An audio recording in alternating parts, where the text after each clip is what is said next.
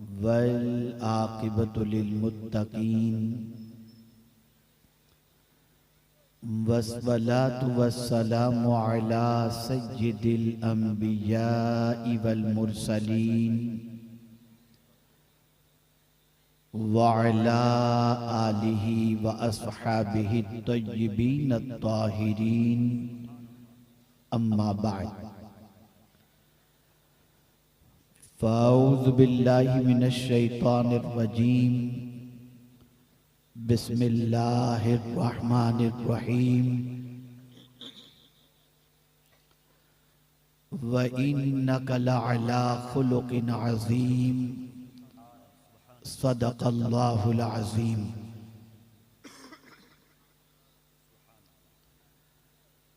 काबिल क़द्र उलमाए ज़वील एहतराम हाज़िरीन व हाज़िरात व नाज़िरीन, अस्सलामु अलैकुम व रहमतुल्लाहि व बरकातुहू।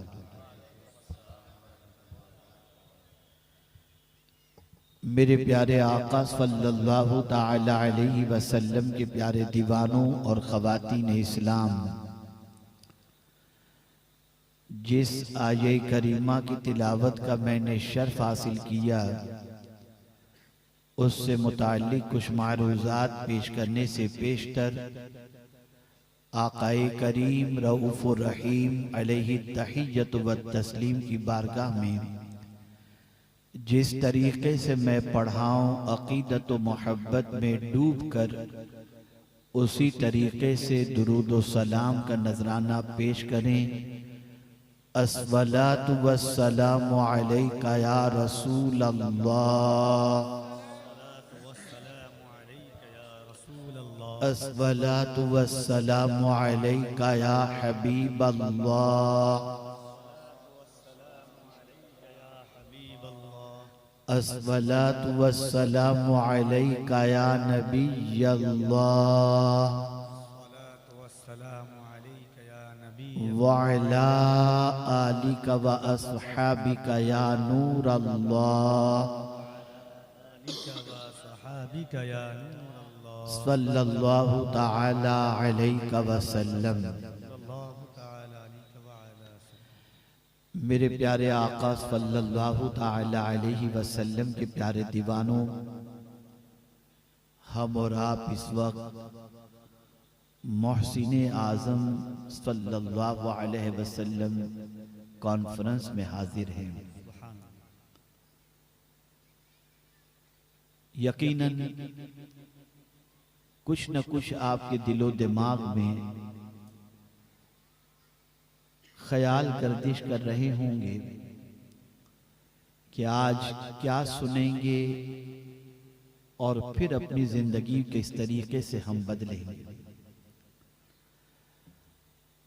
याद रखें, ये जो महफिलें मुनक़िद की जाती हैं, इन महफिलों का मकसद अपनी जिंदगी को गलत रास्ते से हटाकर मदीने के रास्ते की तरफ ले जाना है। और अगर हमने इन महफिलों में आने के बाद भी अपने आप को संवारने की कोशिश नहीं की, तो ये पिंडाल लगाना, लाखों का खर्च करना, आपके औकात यहाँ पर लगाना, इन सारी चीजों का क्या मकसद हो सकता है।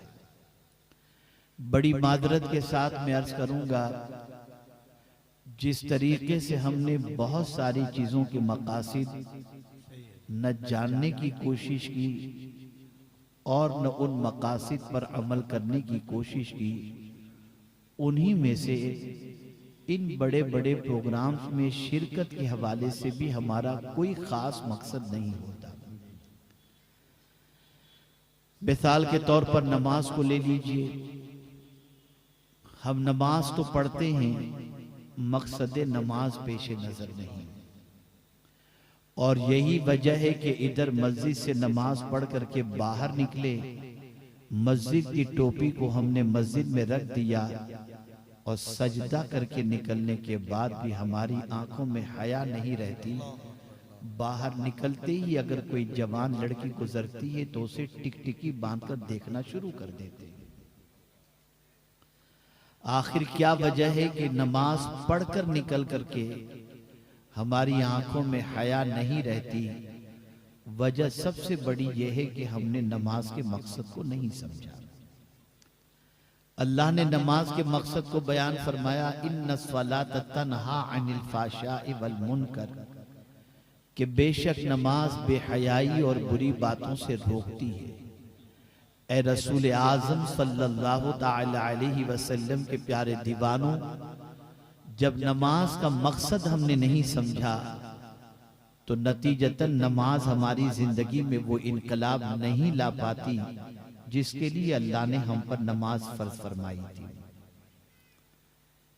रोजे का मकसद है मुत्तकी बनाना। या अय्युहल्लज़ीना आमनू कुतिबा अलैकुमुस्सियाम कमा कुतिबा अलल्लज़ीना मिन क़ब्लिकुम लअल्लकुम तत्तक़ून। लेकिन एक महीने तक जायज चीजों से अल्लाह की रजा के लिए सुबह सादिक से लेकर गुरूब आफताब तक खाना हलाल हमारे पास मौजूद है, लेकिन सुबह सादिक से गुरूब आफताब तक इसलिए सिर्फ खाना नहीं खाते कि अल्लाह देख रहा है और उसने हम पर माह रमजान के रोजे फर्ज फरमाए। और खाने से बचना, पानी से बचना, मशरूबात से बचना और अमल ज़ौजियत से सुबह सादिक से लेकर गुरूब आफताब तक बचना, इसी का नाम रोजा है। लेकिन ये रोजे का मकसद क्या है? ताकि हम मुत्तकी बन जाएं। लेकिन अल्लाह अकबर, माह रमजान की ये प्रैक्टिस माह रमजान की 27वीं के बाद मुत्तकी तो क्या बनाती, नमाजें छुटनी शुरू हो जाती हैं, तरावी छुटनी शुरू हो जाती है। और बड़ी माजरत के साथ अल्लाह मुझे भी माफ फरमाए, 27वीं को मस्जिद के अंदर कुरान शरीफ खत्म होता है तो रमजानुल मुबारक के जाने का इंतजार नहीं, ऐसा लगता है धक्के मार मार के माह रमजान को लोग निकाल रहे हैं। और माह रमजान के बाद आप देखें, जो बंदा तरावी के अंदर 20 रकात पढ़ने से हिचकिचाता नहीं था, अब मस्जिदें उसका इंतजार करती हैं। जो माह रमजान में कुरान शरीफ की तिलावत से अपनी सुबह करता था, अब फज्र की नमाज भी बिस्तर पर गुल और कुरान शरीफ इंतजार करता है कि फिर माह रमजान का चांद कब आसमान पर तुलू हो और फिर ये बंदा मुझे हाथ लगाए और मेरी तिलावत से अपने दिल को मुनव्वर व मुजल्ला करे। और वो बंदा जो हलाल चीजों से सुबह सादिक से लेकर गुरूब आफताब तक माह रमजान से बचता रहा, माह रमजान के गुजर जाने के बाद उसकी जिंदगी हराम की दहलीज पर पहुंचती हुई नजर आती है। मशरूबात व माकुलात से लेकर हराम औरतों के साथ अपने रिश्ते को मुंसलिक करता हुआ नजर आता है, जोड़ता हुआ नजर आता है। वजह क्या है? उसने रमजानुल मुबारक के रोजे जो अल्लाह ने फर्ज फरमाए उसके मकसद को वो नहीं जानता था, और मकसद से गफलत की बुनियाद पर उसकी जिंदगी मुत्तकी और उसकी जिंदगी तकवा शिआर नहीं बन पाई। आप जरा देखें हज को, मेरे प्यारे आका सल्लल्लाहु अलैहि वसल्लम के प्यारे दीवानों, सारे गुनाह वक़ूफ़ अरफा की वजह से अल्लाह अज़्ज़ व जल्ल ने जो हुकूकुल्लाह थे उसे माफ फरमा दिया। मुज़दलिफ़ा में हुकूकुल इबाद के सिलसिले में माफी अता फरमा दी, लेकिन वहां से गुनाह छोड़कर गुनाह की माफी का परवाना पाने के बाद हज की मकबूलियत और हज के अय्याम के सिलसिले में कुरान ने मकसद बयान फरमाया, फला रफसा वला फुसूका वला जिदाला फिल हज। उन अय्याम के अंदर जो हज के हैं उनमें बेहयाई से, गुनाहों से, झगड़े से बचने का हुक्म दिया गया, ताकि ये प्रैक्टिस बंदे की बन जाए और माहे अय्याम हज के गुजर जाने के बाद हज की अदायगी के बाद वो अपने आप को इन गुनाहों से बचा सके। लेकिन मैंने हज करने के बाद मिना ही में लोगों को झगड़ते देखा, फुजुल बकवास करते देखा और गुनाह करते देखा। आप जरा देखें, जब हज का मकसद पेशे नजर न रहा तो इंसान बस जाता है और आता है। मैं बड़ी मादरत के साथ अर्ज करूंगा, हमारे यहाँ बहुत सारी मसाजिद के मामले चल रहे हैं और मुसलमान परेशानी का शिकार है, सोचता है पता नहीं क्या होगा। आखिर मैं आपसे पूछना चाहता हूँ, हमारी ही तो मस्जिदें थी और हम ही तो थे कि आज से 50 साल पहले नमाज पढ़ करके कोई मस्जिद से मुसलमान निकलता तो गैर मुस्लिम दरवाजे पर पानी का गिलास लेकर खड़ा होता कि ये मुसलमान पानी पर दम कर दे तो मेरे घर का मरीज शिफा पा जाएगा। लेकिन आज अफसोस की बात है कि उसी मस्जिद के अंदर रखे हुए पानी के गिलास को जंजीर से जकड़ के रखना पड़ता है कि कहीं इसे कोई चोरी करके न ले जाए। आप जरा सोचो और अंदाजा लगाओ, वजह क्या है कि हमने मकसद हर चीज का फरामोश कर दिया। कहने वाले ने तो कहा, रह गई रस्म अदा रूहे बिलाली न रही, फलसफा रह गया तलकीन गजाली न रही। मैं तो कहता हूँ सिर्फ रज़ान की रस्म ही की बात नहीं, सारी चीजें रस्मी ही हो गई हैं इल्ला माशाअल्लाह। अगर कोई चीज सही मानों में हकीकत के अंदर है तो वो सिर्फ मौत है, बाकी सारी चीजें रस्मी हो गई। आदमी किसी के सामने मुस्कुराता भी है तो रस्मी तौर पर मुस्कुराता है, आर्टिफिशियल मुस्कुराता है। अर्ज करने का मंशा ये है, अगर इन जलसों में आने के मकसद को हम पेशे नजर रखे होते और उस मकसद के तहत हम इन जलसों में आए होते तो आते तो जलसे के अंदर गुनहगार बनकर, लेकिन जब लौटते तो नेकोकार बनकर के लौटते। जिंदगी में इनकलाब पैदा हो जाता। आइए मैं आपको बताऊं, मेरे प्यारे आका सल्लल्लाहु तआला अलैहि वसल्लम के प्यारे दीवानों, ये जलसे कितने अजीम हुआ करते हैं। ये रसूल आज़म सल्लल्लाहु अलैहि वसल्लम के जिक्र पाक की महफिलों की अजमत, अल्लाहु अकबर। आप अंदाजा लगाएं, मेरे प्यारे आका सल्लल्लाहु तआला अलैहि वसल्लम के प्यारे दीवानों, अल्लाह के कुछ मासूम फरिश्ते ऐसे हैं जो जमीन पर ऐसी महफिलों की तलाश में निकलते हैं जिन महफिलों में अल्लाह का जिक्र हो रहा हो, अल्लाह के रसूल सल्लल्लाहु अलैहि वसल्लम का जिक्र हो रहा हो, और जब उन्हें वो महफिल मिल जाती है तो हदीस मुबारका में है, फरिश्ते आकर उस महफिल में बैठ जाते हैं, इख्तिताम तक बैठते हैं। और महफिल जब खत्म होती है, फरिश्ते जब लौटकर अल्लाह की बारगाह में हाजिर होते हैं, मौला खूब जानता है, लेकिन फरिश्तों से पूछता है, ऐ फरिश्तों बताओ कहां से आ रहे हो? फरिश्ते जवाब में अर्ज करते हैं, मौला फला जगह पर तेरे बंदे मिलकर तेरा जिक्र कर रहे थे, जिक्र करने वाला जिक्र कर रहा था, सुनने वाले जिक्र सुन रहे थे, उस महफिल से हम आ रहे हैं। रब्बे कदीर फरिश्तों से फरमाता है, ऐ मेरे फरिश्तों मुझे ये बताओ मेरे वो बंदे मुझसे क्या मांग रहे थे? मौला तुझसे जन्नत का सवाल कर रहे थे, उनकी तमन्ना थी कि तू उन्हें जन्नत अता फरमा दे। रब्बे कदीर जल्ल जलालहू इरशाद फरमाता है, फरिश्तों मुझे ये बताओ क्या उन्होंने जन्नत देखी है?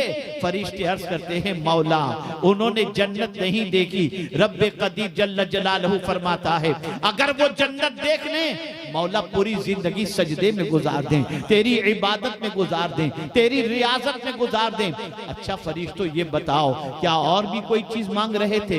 हाँ परवरदिगार, वो जहन्नम से बचने की दुआ कर रहे थे, जहन्नम से पनाह मांग रहे थे। अल्लाहु अकबर। रब्बे कदीर इरशाद फरमाता है, क्या फरिश्तों उन्होंने जहन्नम देखा है? फरिश्ते अर्ज करते हैं, नहीं मौला उन्होंने जहन्नम नहीं देखा। रब इरशाद फरमाता है, अगर जहन्नम देखने मौला जिंदगी में कभी गुनाह न करें, कभी गुनाह की दहलीज पर न जाएं। अच्छा फरिश्तों ये बताओ उन्हें क्या सिला दिया जाए? मौला इरशाद फरमाएगा, फरिश्तों बताओ क्या सिला दिया जाए? फरिश्ते अर्ज करते हैं, मौला तू बेहतर करम फरमाने वाला है, तू रहमान और रहीम है।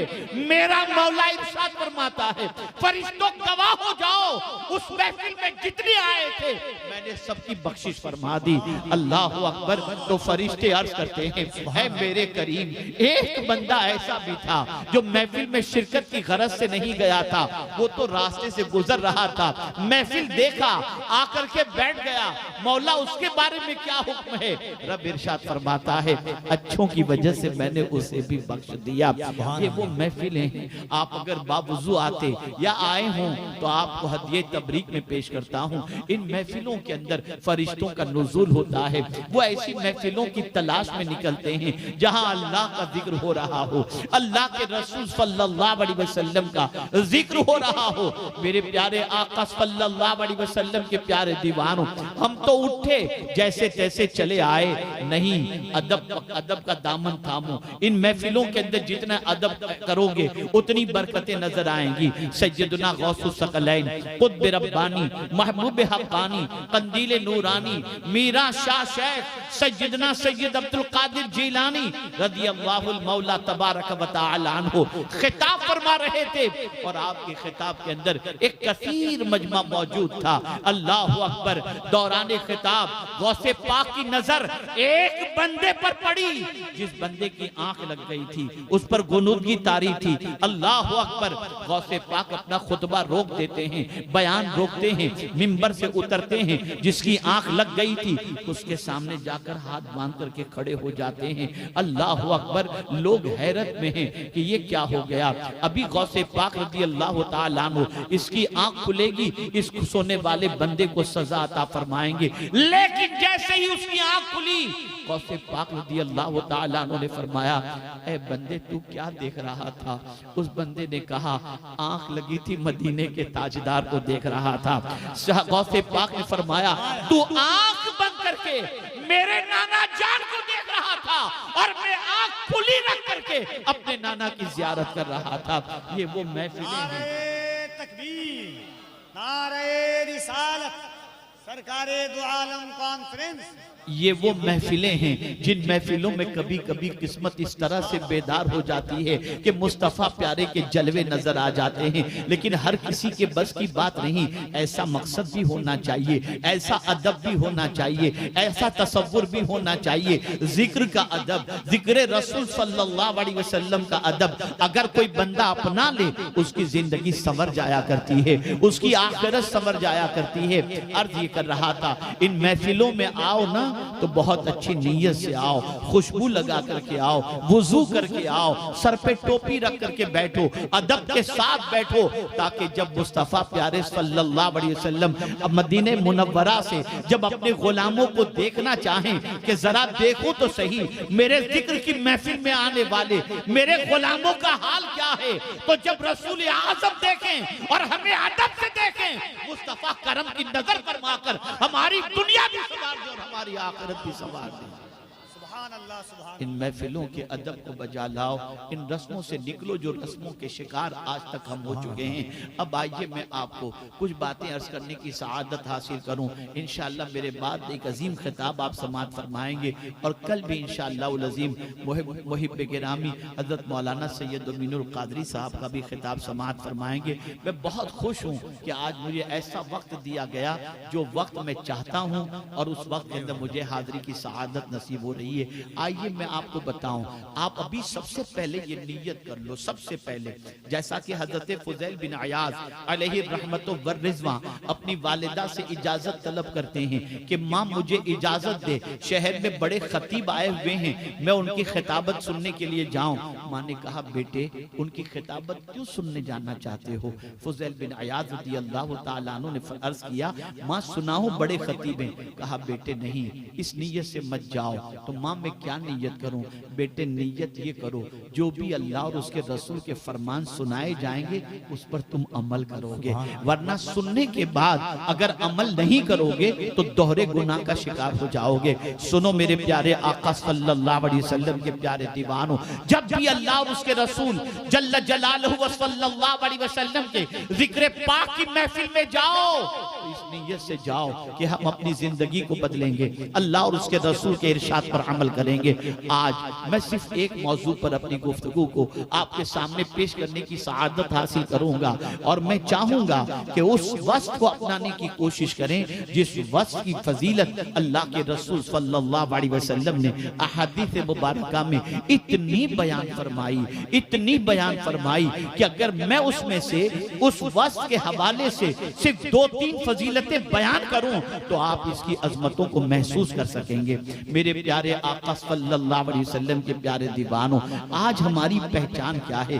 गाली बोलने वाला मुसलमान, तंबाकू खाने वाला मुसलमान, सिगरेट पीने वाला मुसलमान, नशा करने वाला मुसलमान, लोगों का माल खा जाने वाला मुसलमान, कोई बातचीत का सलीका अगर नहीं है तो समझ दो मुसलमान।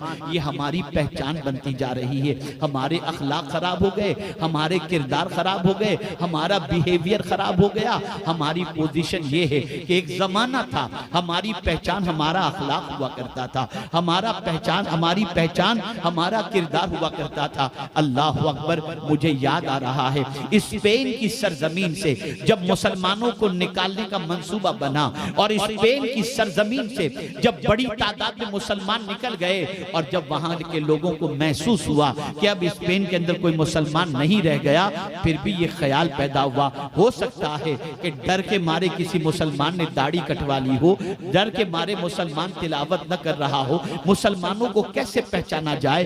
जासूसों को मुकर्रर किया गया, जासूसों का तकर्रुर हुआ और इन जासूसों के जरिए मुसलमानों को पकड़ने के लिए कौन सा हरबा इस्तेमाल किया गया? सुनिए, अल्लाह अकबर। एक चौराहे पर एक मटका रख दिया गया, पानी का गिलास रख दिया गया और एक कोढ़ के मरीज को मटके के थोड़े से फासले पर बिठा दिया गया और उससे कहा गया जब भी कोई यहाँ से आदमी गुजरे उससे पानी मांगना, उससे पानी तलब करना। अल्लाह अकबर। लोग गुजरते जाते, वो पानी मांगता, कोई पानी पिलाने को तैयार नहीं। कोढ़ का मर्द देखकर आदमी भाग जाता था, उस प्यासे को पानी नहीं पिलाता था। एक बंदा कोट और पेंट में मलबूस जब वहां से गुजरता है और उस शख्स ने कहा वाटर अल आतश, प्यास लगी है। अल्लाह अकबर। वो कोट पेंट में मलबूस बंदा मटके की तरफ बढ़ता है, पानी का गिलास भरता है और भरने के बाद उस कोढ़ के मरीज को दे देता है। जैसे ही पानी पेश किया, करीब में फैले हुए जासूस आते हैं, उसे पकड़ लेते हैं और कहते हैं तू कौन है? उसने अपना नाम ईसाई बताया और उसके बाद बड़ी तहकीक उन्होंने की तो तहकीक के बाद पता चला कि ये तो मुसलमान है। अल्लाह अकबर। उस बंदे ने कहा कि ये तो बताइए, न मेरे चेहरे पे दाढ़ी थी, न मैं कुरान पढ़ रहा था, न मैं मुसल्ले पे सजदा कर रहा था, मैंने तो सिर्फ एक कोढ़ के मरीज को पानी पिला दिया, तुमने कैसे पहचान लिया कि मैं मुसलमान हूँ? अल्लाह अकबर। जासूसों ने जवाब दिया अगर कोढ़ के मरीज को कोई पानी पिला सकता है तो मोहम्मद का दीवाना ही पिला सकता है। तेरे इस अखलाक को देखकर, तेरे इस किरदार को देखकर हमने पहचान लिया कि तू मुसलमान है। मैं पूछना चाहता हूँ, ये हमारी आइडेंटिटी थी, ये हमारी पहचान थी, अब तो पानी हाथ में से छीन लेना ये हमारी पहचान बन गई। लोगों का माल खा जाना ये हमारी पहचान बन गई। हमारी पहचान थी कि हमारे पड़ोस के अंदर गैर मुस्लिम रहता था तो अपने आप को सेफ महसूस करता था कि मेरी बेटी की आबरू पर कोई मुसलमान हाथ नहीं डाल सकता, इसलिए कि नबी का दीवाना निगाहों को नीचे रखता है। लेकिन अल्लाह अकबर, अब हमारी पहचान बदल गई, अब हमारी शनाख्त बदल गई। ए रसूल आजम सल्लल्लाहु तआला अलैहि वसल्लम के दीवानों, कभी आपने महसूस किया पैगंबर रहमत सल्लल्लाहु अलैहि वसल्लम इस फर्श गीती पर क्यों मबरूस किए गए? हुजूर ने अपनी बासत के 2 मकसद बयान फरमाए, बुइस्तु मुअल्लिमा बुइस्तु लिउतम्मिम मकारिमल अखलाक। मैं तो इल्म बांटने के लिए पैदा हुआ हूँ, मबूस किया गया हूँ, मैं मुअल्लिम बनाकर मबूस किया गया और मैं अखलाक को मुकम्मल करने के लिए मबूस किया गया। आप अंदाजा तो लगाएं, पैगंबर इस्लाम सल्लल्लाहु अलैहि वसल्लम का एक बहुत बड़ा कारनामा कल मैंने बयान किया था, उलमा ने बहुत दाद दी और बहुत कबूल फरमाया और यहाँ माशाअल्लाह उलमा तशरीफ फरमाए। मैं तवज्जो चाहूंगा, जानते हैं इदारा साजी आसान है, इंसान साजी आसान नहीं। क्या बात है। हुजूर ने मदीने की सरजमीन पर कोई बड़ी यूनिवर्सिटी नहीं तैयार की, लेकिन मदीने में अबू बकर जैसा फारूक आजम जैसा, उस्मान गनी जैसा, मौला अली जैसा ऐसा तैयार किया कि न ऑक्सफोर्ड पैदा कर सकती है न कैम्ब्रिज जैसा पैदा कर सकती है। नारे तकबीर, नारे रिसालत। इसलिए कि हुजूर इंसान साजी के अंदर अपनी जिंदगी खत्म किए। अल्लाह अकबर, जिंदगी उन्होंने गुजारी। आइए मैं आपको समझाता हुआ चलूं। अल्लाह अज़्ज़ व जल आक़ाए करीम सल्लल्लाहु अलैहि वसल्लम की अजमतों को बयान फरमा रहा है।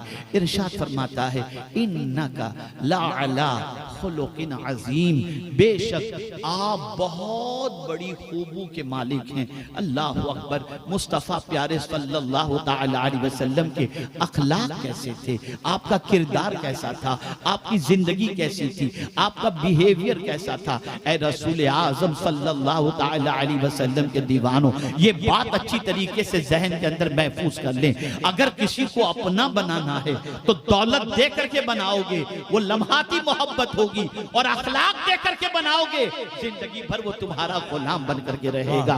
आइए मैं आपको समझाता हुआ चलूं। मेरे प्यारे आका सल्लल्लाहु अलैहि वसल्लम के अखलाक का आलम क्या था, रसूल रहमत सल्लल्लाहु अलैहि वसल्लम के अखलाक की पोजीशन क्या थी, ताकि आप महसूस कर सकें। सबसे पहले मैं आपको अखलाक के हवाले से बता दूं। उलमा तशरीफ फरमाए, गलती होगी तो इस्लाह फरमाएंगे। खल्क और खुलुक दोनों का मादा एक ही है। खल्क और खुलुक दोनों का मादा एक ही है। खल्क जाहिर को कहते हैं, हाथ पैर आंख कान, ये खल्क है। जो नजर को नजर आ सके वो चीज खल्क है। आंख नजर आती है, कान नजर आता है, पैर नजर आता है, चेहरा नजर आता है। जो चीज नजर आए वो खल्क है, और जो चीज नजर ना आए, महसूस हो, उसे खुल्क कहते हैं। उसे खुल्क। जो नजर आए उसे खल्क कहते हैं, और जो महसूस की जाए उसे खुल्क कहते हैं। बड़ी तवज्जो चाहूंगा। अल्लाह अकबर, अल्लाह अकबर, अल्लाह अकबर। कल चंद उलमा प्रोग्राम के बाद मिलने की गरज से हाजिर हुए और जम करके बैठ गए। कहा बस एक नसीहत हज़रत फरमा दे, एक नसीहत फरमा दे। मैंने कहा बस एक ही नसीहत करता हूं, मखलूक की नजर में अच्छा बनने की बजाय खालिक की नजर में अल्लाह अल्लाह अल्लाह अल्लाह अल्लाह अल्लाह, मखलूक की नजर में अच्छा बनने की बजाय खालिक की नजर में अच्छा बनो। मखलूक जाहिर को देखती है और खालिक दिल को देखता है, और दिल जिस्म का बादशाह है। ऐ रसूल आज़म सल्लल्लाहु तआला अलैहि वसल्लम के दीवानों, मेरी बच्चियां भी यहाँ मौजूद हैं और मेरे नौजवान बच्चे भी यहाँ पर मौजूद हैं। आज लड़का शादी का इरादा करता है तो पहले क्या देखता है, मैं जिससे शादी करूं वो लड़की लगती कैसी है, कलर कैसा है, फिगर कैसा है, इन चीजों को देखता है और उसके बाद वो रिश्ते के बारे में सोचता है। कभी ऐसा होता है बहुत खूबसूरत लड़की मिल जाती है, दिखने में बड़ी अच्छी होती है, वो खुद तो भले उसका रंग थोड़ा सा सांवला हो, लेकिन लड़की तलाश करेगा हीरोइन जैसी, और मिल गई अब वो तिगड़ी के नाच नचाती है, खूबसूरती पर गुरूर,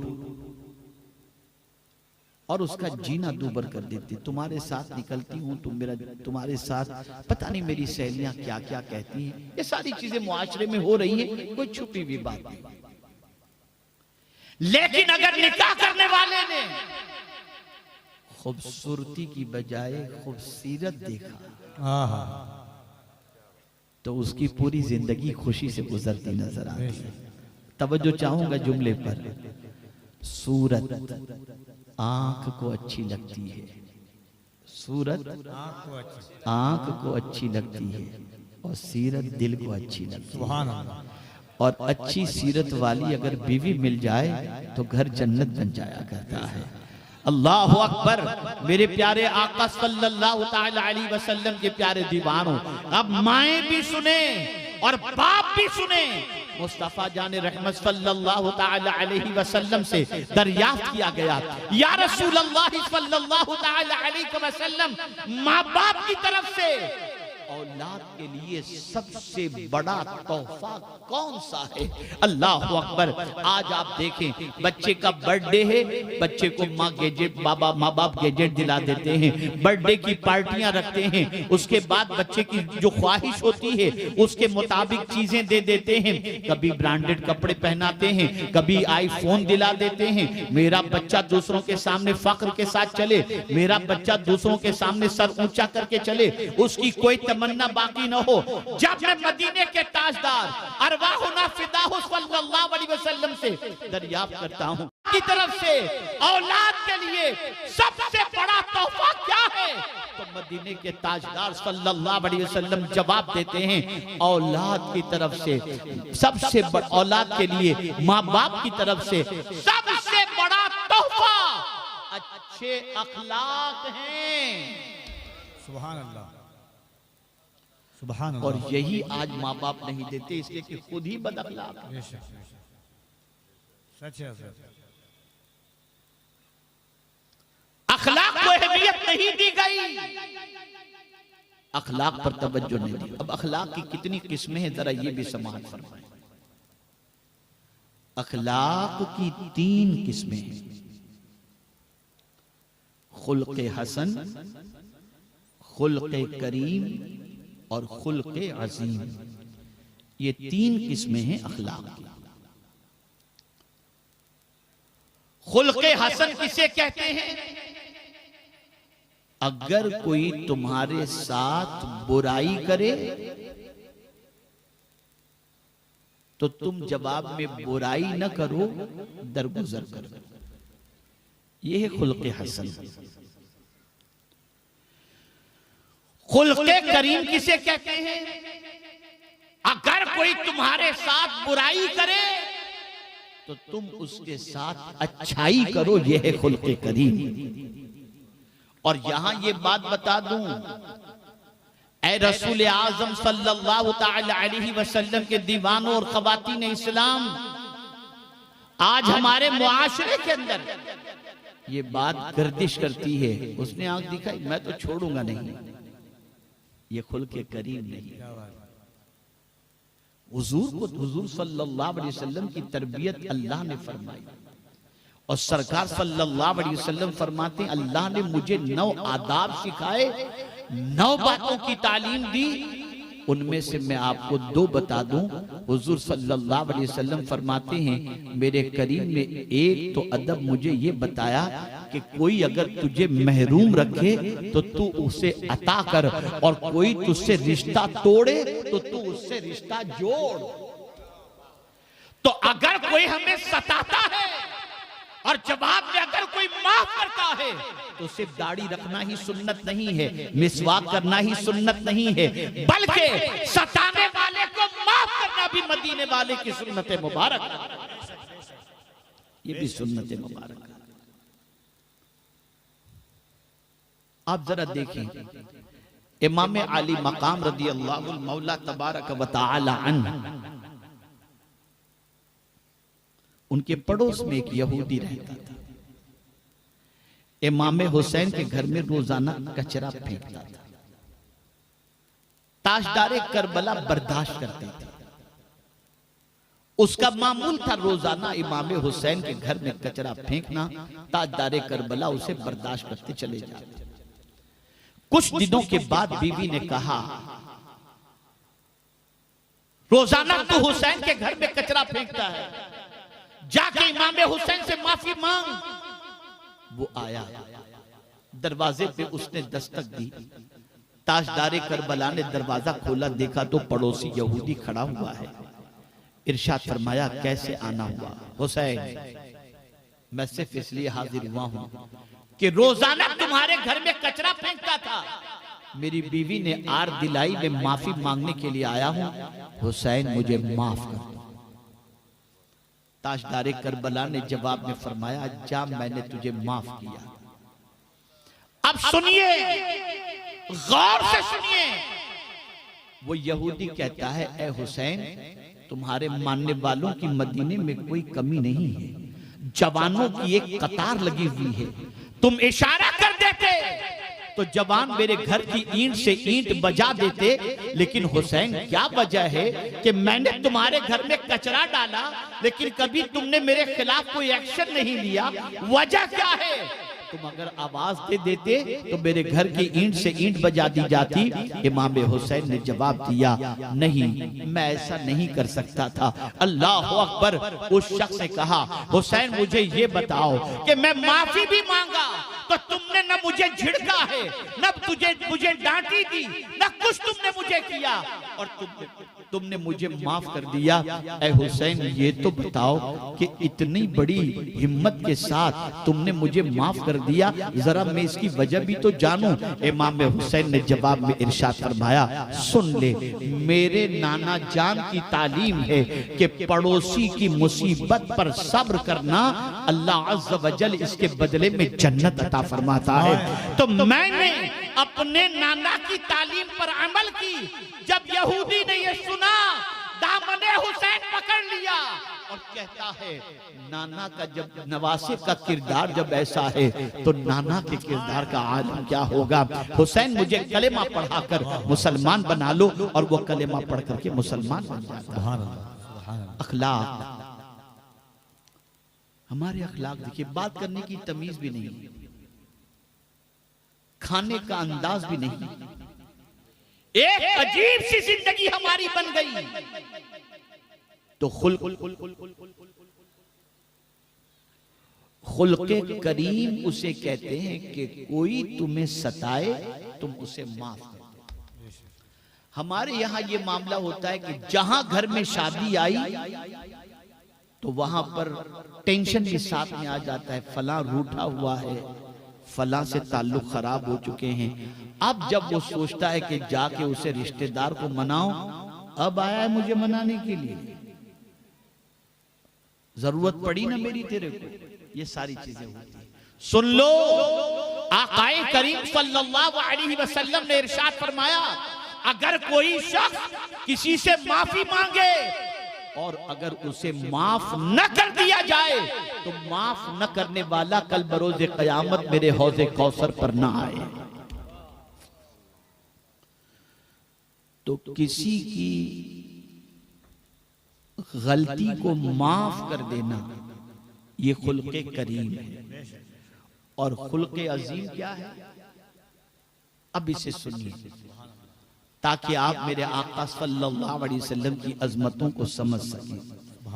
खुल्के अजीम ये है, जो जितना तुम्हारे साथ बुराई करे उससे ज्यादा तुम उसके साथ अच्छाई करो। अल्लाह, ये है खुल्के अजीम। जो तुम्हारे साथ जितनी बुराई करे उससे ज्यादा तुम उसके साथ अच्छाई करो, ये है खुल्के अजीम। वो बुराई में आगे निकल जाए, तुम नेकी में आगे निकल जाओ।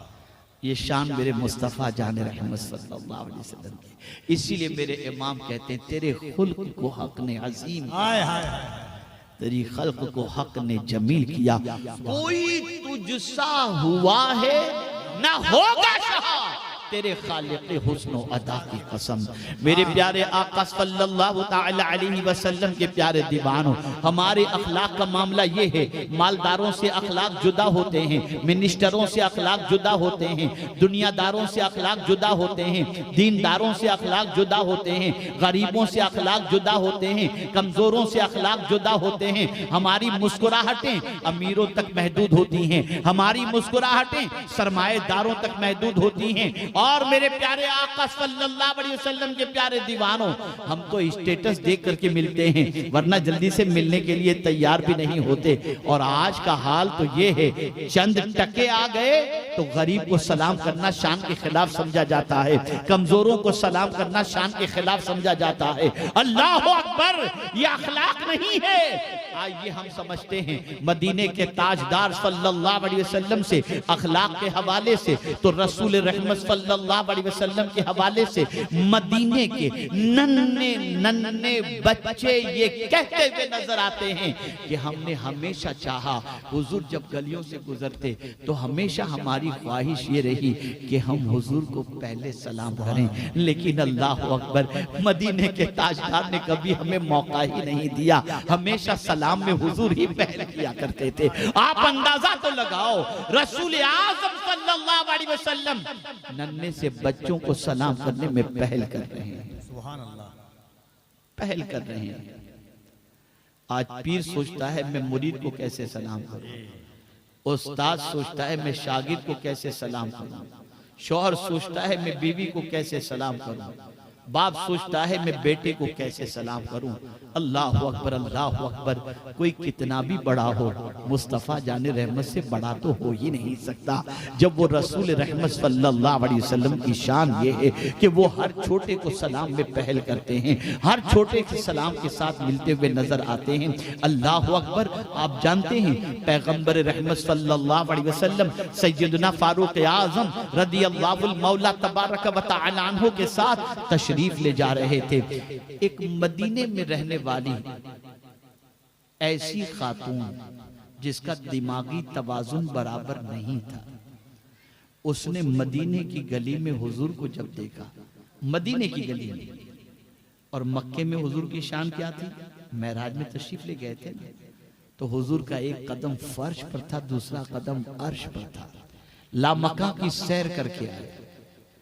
अब उस रसूल रहमत सल्लल्लाहु अलैहि वसल्लम से जो सारे नबियों के इमाम, मदीने की एक ऐसी औरत जिसका दिमागी तवाजुन सही नहीं था, वो हुजूर सल्लल्लाहु अलैहि वसल्लम को देखती है तो कहती है, ऐ मोहम्मद सल्लल्लाहु अलैहि वसल्लम, मैं तुमसे कुछ बात करना चाहता हूँ। हाय सोचिए, मैं तुमसे कुछ बात करना चाहता हूँ। मेरे आका ने फरमाया, मदीने में जहां तू चाहे मैं तेरे साथ बैठने को तैयार हूँ और तेरी फरियाद सुनने के लिए तैयार हूँ। अल्लाह अकबर। वो औरत के साथ चलने लगे, एक जगह पर बैठी और हुजूर को अपना दर्द दिल सुनाती रही। सरकार बैठकर उसका दर्द दिल सुनते रहे, सुनते रहे, सुनते रहे। जब वो चुप हो गई और उसका दर्द दिल सुन लिया हुजूर सल्लल्लाहु अलैहि वसल्लम ने, फिर इजाजत मांगी। और जब हुजूर सल्लल्लाहु अलैहि वसल्लम से उसने कहा, हाँ बस मेरा काम हो गया, तो सरकार सल्लल्लाहु अलैहि वसल्लम उठकर तशरीफ ले जाने लगे। तो हजरत फारूक आजम ने कहा, सरकार इस औरत ने हुजूर को बहुत तंग किया, इतना सुनना था कि मेरे आका सल्लल्लाहु अलैहि वसल्लम के चेहरे मुबारक पर एक अजीब सी कैफियत तारी हो गई। मैं अगर दुखी लोगों की बातें नहीं सुनूंगा तो फिर कौन सुनेगा?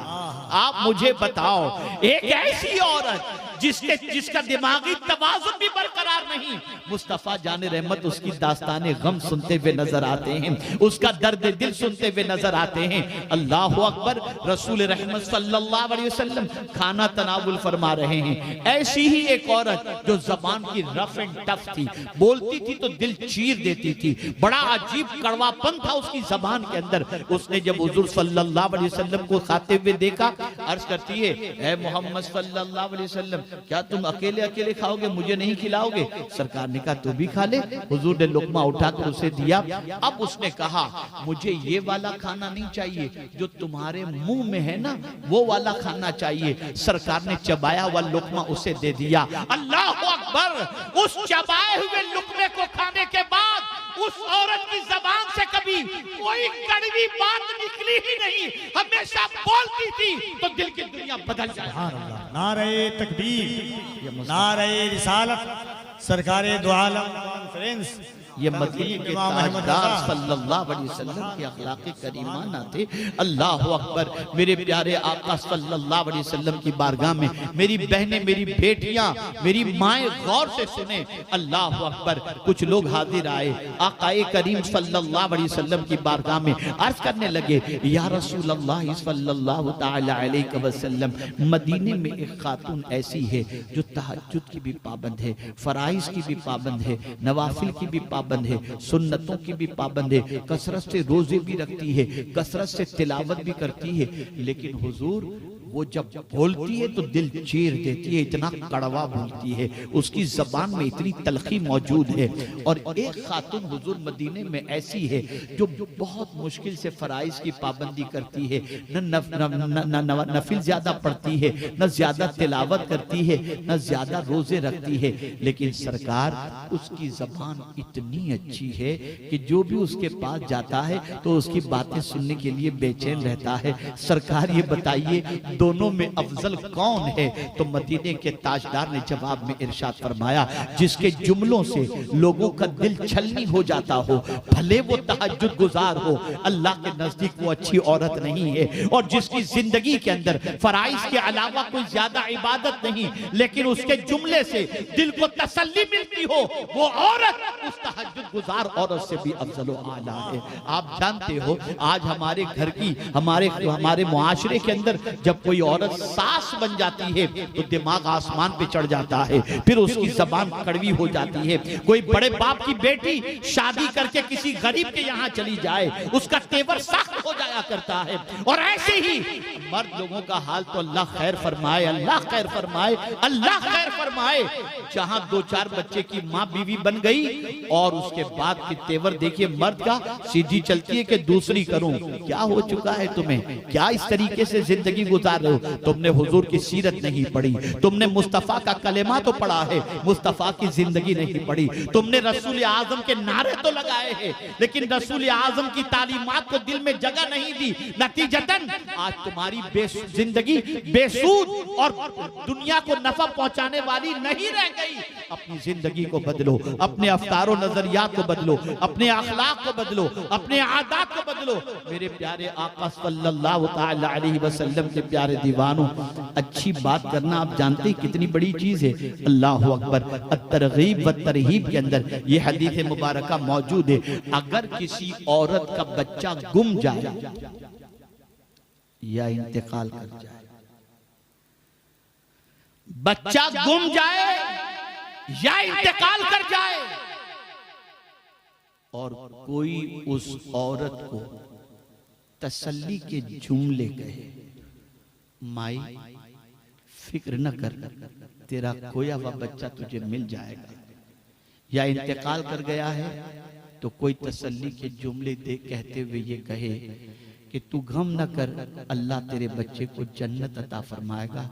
मेरे आका सल्लल्लाहु अलैहि वसल्लम फरमाते हैं, उस तसल्ली के बोल बोलने वाले को अल्लाह कल बरोज़े क़यामत जन्नत का लिबास अता फरमाएगा। सुभान अल्लाह, सुभान अल्लाह। जन्नत का लिबास। आज जबान खुलती है तो जैसे आग निकल रही है। एक अजीब सिचुएशन हो गई, एक अजीब जिंदगी से इंसान दो चार हो चुका है।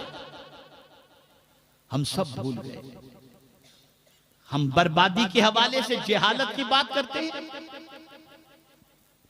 हम बर्बादी के हवाले से गुर्बत की बात करते हैं। पूछो डॉक्टर इकबाल से तो वो कहते हुए नजर आएंगे, तरीके मुस्तफा को छोड़ना है वजह बर्बादी। आज की बर्बादी की वजह यह है कि नबी का तरीका हमने छोड़ दिया और हीरो के तरीके को, दुनियादार के तरीके को, अय्याशों के तरीके को, हीरोइन के तरीके को आज के लोग अपनाना शुरू कर चुके। ऐ रसूल आजम सल्लल्लाहु अलैहि वसल्लम के दीवानों, अपने अखलाक दुरुस्त करो। जिनके अखलाक के बारे में कुरान कहता हो, इन्नका लअला खुलुकिन अज़ीम। आप जानते, मेरी बहनें भी गौर से सुने और आप भी गौर से सुने, वो रसूल रहमत सल्लल्लाहु अलैहि वसल्लम अल्लाह से क्या दुआ करते हैं। हम तो रोजाना सुबह उठते हैं, आईने के सामने खड़े होते हैं और देखते हैं दो चार बाल तो नहीं ज्यादा उग गए, वरना लोग कहेंगे बूढ़ा हो गया या मौलाना हो गया, फौरन शेविंग उस तरह घुमा दिया। फिर देखते हैं क्रीम व्रीम लगाकर, हाँ कैसे लग रहे हैं, लिबास देखते हैं कैसे लग रहे हैं, पर्सनालिटी कैसी अच्छी है कि नहीं। यही हाल खवातीन का होता है। बस देखिए आईने के सामने खड़े हुए, लुक अपना देखा, पर्सनैलिटी अपनी देखी और चल दिए। लेकिन कुर्बान जाइए मेरे आका सल्लल्लाहु अलैहि वसल्लम की अज़मत पर, हुजूर भी आईना देखते थे। कभी आपको मालूम है कि हुजूर सल्लल्लाहु अलैहि वसल्लम आईना देखकर क्या दुआ करते थे? मालूम है आपको? अल्लाह अल्लाह, आकाई करीम सल्लल्लाहु अलैहि वसल्लम जब आईने के सामने खड़े होते और आईने को देखते तो अर्ज करते अल्लाह की बारगाह में, ए अल्लाह, जिस तरह से तूने मेरे खल्क को अच्छा किया, मेरे वजूद को अच्छा किया, मेरे अखलाक को भी अच्छा कर। जिसके अखलाक की गवाही कुरान दे रहा है, वो भी जब आईना देखते तो अल्लाह से अच्छे अखलाक की दुआ किया करते थे। हमने तो खूबसूरती ही की दुआ की, अच्छे अखलाक की तो दुआ की ही नहीं। और अगर मैं बताऊं कि कयामत में मीजान पर सबसे वजनी चीज क्या हो? सबसे वजनी तो मेरे आका सल्लल्लाहु अलैहि वसल्लम इरशाद फरमाते हैं, मीजान पर सबसे वजनी चीज कयामत के दिन जो होगी वो अच्छे अखलाक होंगे। अच्छे अखलाक, जिसके अच्छे अखलाक हुए आप ये समझ लीजिए कि उसका बेड़ा पार है। सुभान अल्लाह, सुभान। अच्छे अखलाक वाले की मोहब्बत अल्लाह लोगों के दिलों में पैदा उसने जिम्मा लिया है। वो अच्छे अखलाक वालों की मोहब्बत लोगों के दिलों में पैदा करता है। मेरे प्यारे आका सल्लल्लाहु ताला अलैहि वसल्लम के प्यारे दीवानों, हुजूर सल्लल्लाहु अलैहि वसल्लम के अखलाक देखो। खुदा की कसम, दुनिया के अंदर मैं पूरे चैलेंज के साथ कहता हूं, पूरी दुनिया में आज जितने भी निजाम चल रहे हैं, जितने भी कवानीन बनाए जा रहे हैं और जितना भी सिस्टम चल रहा है, कोई हुजूर सल्लल्लाहु ताला अलैहि वसल्लम के सिस्टम का और उसका मुकाबला नहीं कर सकता। मैं आपको बताऊं, आकाए करीम सल्लल्लाहु ताला अलैहि वसल्लम के दौरे पाक में पहली जंग होती है, जंग बदर। अखलाक देखिए मेरे आका सल्लल्लाहु अलैहि वसल्लम, पहली जंग हो रही है। एक मरतबा दुरूद शरीफ पढ़ लें। खड़े जाए मोहब्बत के साथ। शहजादे गौसे आजम, नबी रहे हुजूर मुहद्दिस आजम, अताए सरकारे कलाम, शहजादे हुजूर गाजी मिल्लत हज़रत अल्लामा सैयद नूरानी अशरफ अशरफी जिलानी की आमद हो रही है। मोहब्बतों के साथ इस्तकबाल कीजिए। नारे तकबीर, जरा बुलंद आवाज से नारे तकबीर, नारे रिसालत। शहजादे हुजूर गाजी मिल्लत, नबी रहे हुजूर मुहद्दिस आजम, औलादे मखदूम अशरफ, औलादे गौसे आजम, सरकारे दो आलम कॉन्फ्रेंस। नारे तकबीर, नारे रिसालत।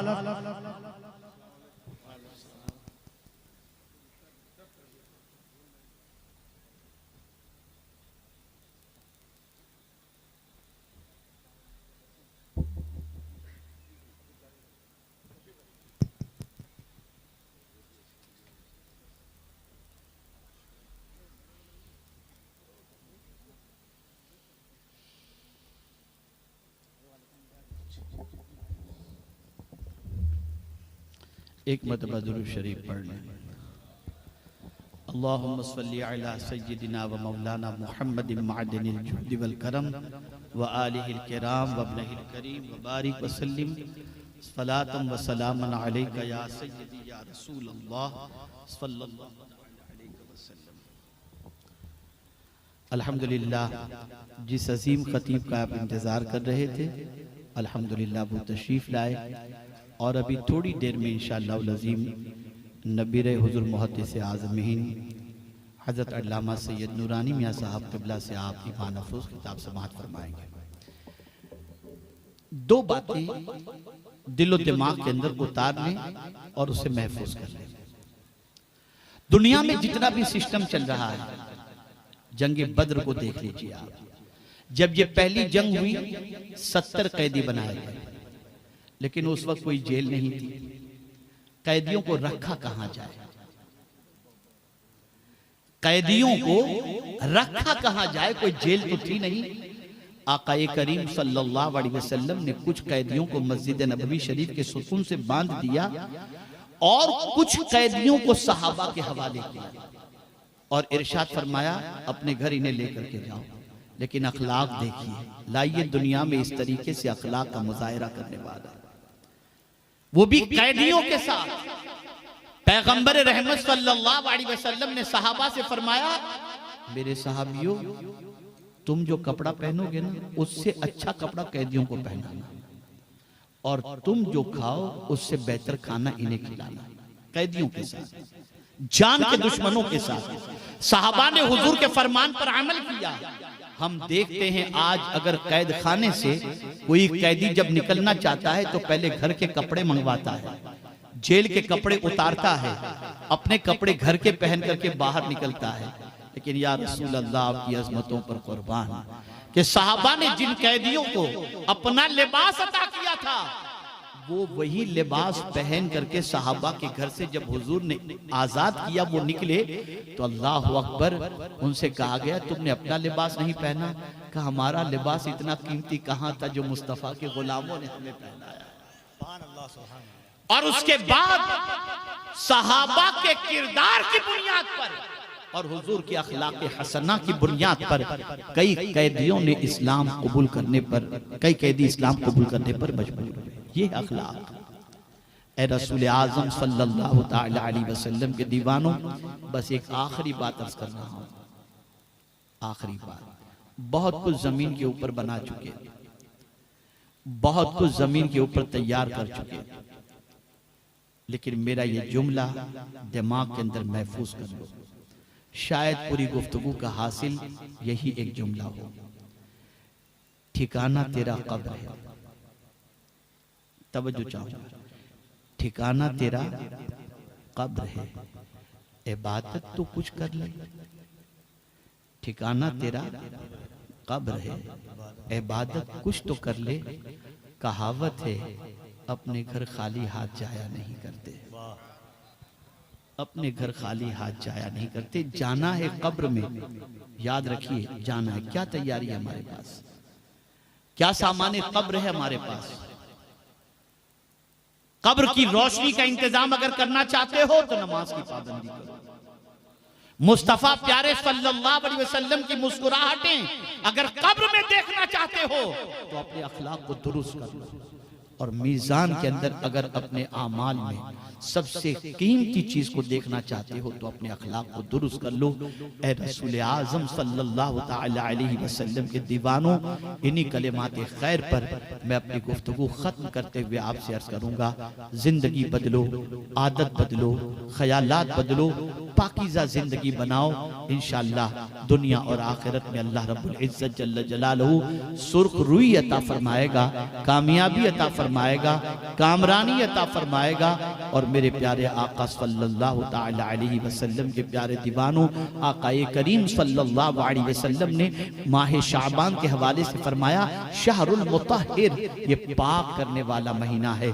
सुन लो, गुनाह करके जो अकड़ जाए वो शैतान है, गुनाह करके जो अकड़ जाए वो शैतान है, गुनाह करके जो माफी मांगे वो इंसान है, और गुनाह करके जो तौबा कर ले वो अल्लाह का महबूब है। सच्चे दिल से तौबा करो, आइंदा गुनाह न करने का इरादा करो। इंशाअल्लाह दुनिया भी संवर जाएगी और आखिरत भी संवर जाएगी। वमा अलैना इल्लल बलागुल मुबीन। अस्सलामु अलैकुम व रहमतुल्लाहि व बरकातुहू।